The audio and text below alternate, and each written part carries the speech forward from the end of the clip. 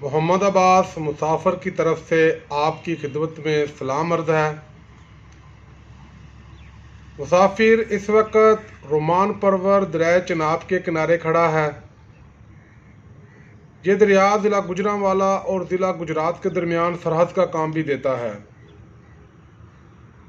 मुसाफिर आज मुबीन रहमान की दावत पर ज़िला गुजरात के तारीख़ी मकामात देखने के लिए आया है। मुबीन भाई ने छोटी सी उम्र में बड़ा नाम पैदा किया है। ट्रैवल विद मुबीन के नाम से यूट्यूब चैनल और फेसबुक पेज चला रहे हैं, जिसका लिंक नीचे दिया हुआ है।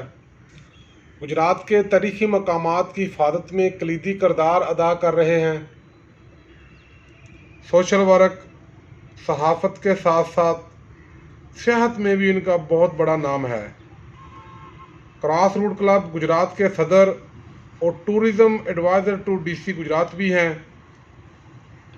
आज का प्रोग्राम उदासी मंदिर, अंग्रेज़ों की कब्रें, शाहजहांगीर का मकबरा, शाहजहांगीर मस्जिद, आतिशकदा, बारादरी, जामिया मस्जिद शाही किलादार, मकबरा मिर्ज़ा बदन बेग, 50 की बारादरी, मंदिर और दरगाह शाहदौला देखने के बाद मुबीन भाई के घर खाना और फिर गुजरांवाला वापसी।